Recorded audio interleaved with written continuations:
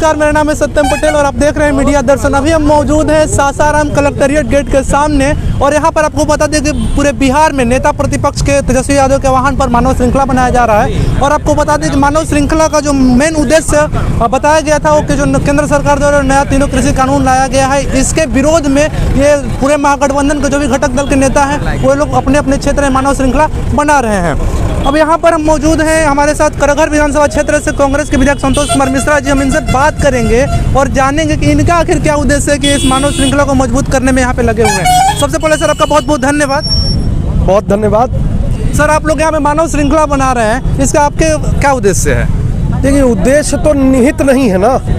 ऐसा नहीं है कि महागठबंधन ने निर्णय लिया कि 30 जनवरी को बापू के, राष्ट्रपिता महात्मा गांधी के शहीद दिवस के अवसर पर, आज ही उनका निर्वासन हुआ था, तो बापू के शहीद दिवस के अवसर पर, उनकी पुण्यतिथि है आज, उसके अवसर पर हमने ये निर्णय लिया था कि जितने भी हमारे किसान हैं पूरे देश के और उनके खिलाफ जो ये किसान विरोधी सरकार है मोदी जी की, जो बिल लेके आई है, 3 बिल लेके आई है, वो तीनों बिल किसानों के हित के लिए, मजदूरों के हित के लिए, जो लोग खेतों में काम कर रहे हैं, जो अपना अनाज उपजा रहे हैं, चावल है, गेहूं है, बहुत तरह के सब्जियां हैं, दलहन है, तिलहन है, तो उन अनाज का उन्हें मूल्य नहीं मिल पाता है। उस अनाज का उस अनाज से उसका दाम नहीं उन्हें मिल पाता है और उसके ऊपर से उनके ऊपर ये 3 काले कानून लाकर केंद्र सरकार उनके अनाज को औने पौने दाम पर उद्योगपतियों के हाथ में देना चाहती है।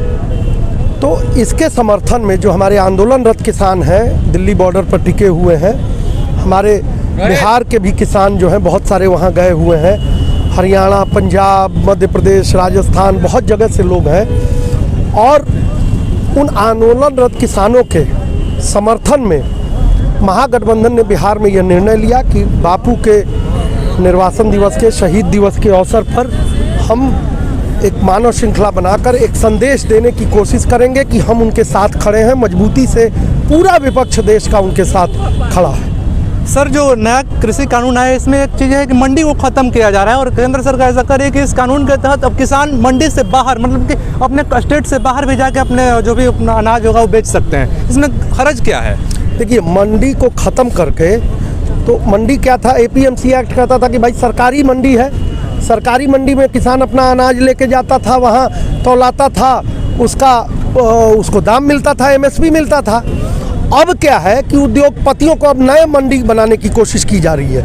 अब नए मंडी का जैसे प्राइवेटाइजेशन करके और नए मंडी बनाने की कोशिश की जा रही है, उद्योगपतियों के हाथ में मंडी देने की कोशिश की जा रही है इन कानूनों के तहत। अब वहाँ उसमें क्या होगा कि एक जगह से 10, पहले तो सरकार एक बायर होती थी किसानों के प्रोडक्ट का, जो भी वो उत्पाद अपना देते थे, अब आपको 10 अलग अलग प्राइवेट बायर आ जाएंगे, खरीदने वाले आ जाएंगे, कंपटीशन बढ़ेगा, निश्चित रूप से MSP से नीचे खरीदारी होगी, औने पौने दाम पर खरीदारी होगी। तो बताइए कि ये किसानों के हित में है कि किसानों के विरोध में कर रहे हैं, किसानों के समर्थन में कर रहे हैं? कहाँ तक ये सही है? निश्चित रूप से जब 10 कंपनियां आके आपका भाव खरीदने, डिमांड जब आपका बढ़ेगा तो प्राइस तो कम होगा ही ना, किसी भी चीज़ का, सामान का। उत्पाद आपका है, उत्पाद को खरीदने के लिए 10 लोग अगर सामने आ जाए, एक कोई दाम कहे, दूसरा कोई उससे कम कहे, कोई ज़्यादा कहे, कोई कम, तो इससे तो भाव कम होगा ना, इससे भाव बढ़ेगा नहीं और MSP से भी कम जाएगा। इससे पहले किसान क्या व्यापारियों को अपना धान नहीं देते थे? इससे पहले भी देते थे। बिहार में APMC एक्ट कब का ख़त्म हुआ है? बिहार में 2006 से ही ख़त्म है। उसके बाद बिहार में मात्र और मात्र धान क्रय या गेहूं क्रय की एजेंसी पैक्स रह गई है। ये कहाँ न्याय है किसानों के साथ? 20-25 किसानों से धान खरीद लेते हैं ये लोग एक पैक्स में, और उसके बाद कोई मतलब कि खरीदी ही नहीं हो पाती है। से होता है और खाते हैं किसान के नाम पर। अच्छा सर, अभी जो गणतंत्र दिवस के दिन जिस तरीका से दिल्ली के लाल किले पर हुआ था, उस पर आप क्या कहना चाहेंगे? दिल्ली के लाल किला पर जो कुछ किया गया वो निंदनीय है, और निंदनीय है, सरकार के लिए निंदनीय है। हाँ, वो किसान संगठन द्वारा नहीं किया गया था। उसमें सरकार के साथ खड़े होकर प्रधानमंत्री और गृह मंत्री के साथ जो लोग फोटो खिंचवाते हैं, एक सांसद हैं उन सनी देओल जी, उनका वो इलेक्शन मैनेजर है, और वो जाके उठ के खड़ा होकर पोल पे जाके और किसान संगठन का झंडा लगाने की कोशिश करता है। उसका पूरा वीडियो सबूत के रूप में पूरे देश की 130 करोड़ जनता अब तक देख चुकी है। तो ये तो साजिश रची गई थी आंदोलन को कमज़ोर करने के लिए। किसान अपने तय रूट के अनुसार उन्होंने अपना ट्रैक्टर मार्च निकाला था, तय रूट के अनुसार किसान अपने रूट पर जा रहे थे, लेकिन 20-25 ट्रैक्टर लेके कुछ उपद्रवी लोग, और ये उपद्रवी सरकारी उपद्रवी थे, सरकार के लोग थे, ये किसान नहीं थे।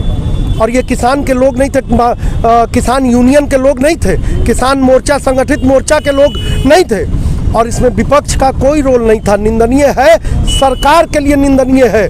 सरकार अपना चेहरा कालिक से पुतवा चुकी है।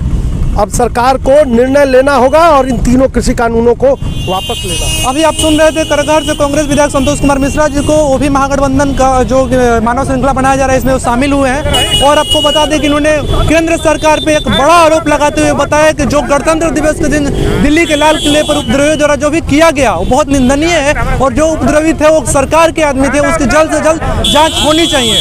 साथ साथ इन्होंने कहा कि जो नया कृषि कानून आया है वो किसानों के हित में बिल्कुल भी नहीं है, क्योंकि इस कृषि कानून के आने से इस मार्केट में जो है कारपोरेट जगत की कंपनियां की एंट्री होगी, और जिससे किसानों को काफी ज्यादा नुकसान होने वाला है। ऐसी खबरों के लिए बने रहे मीडिया दर्शन के साथ। धन्यवाद।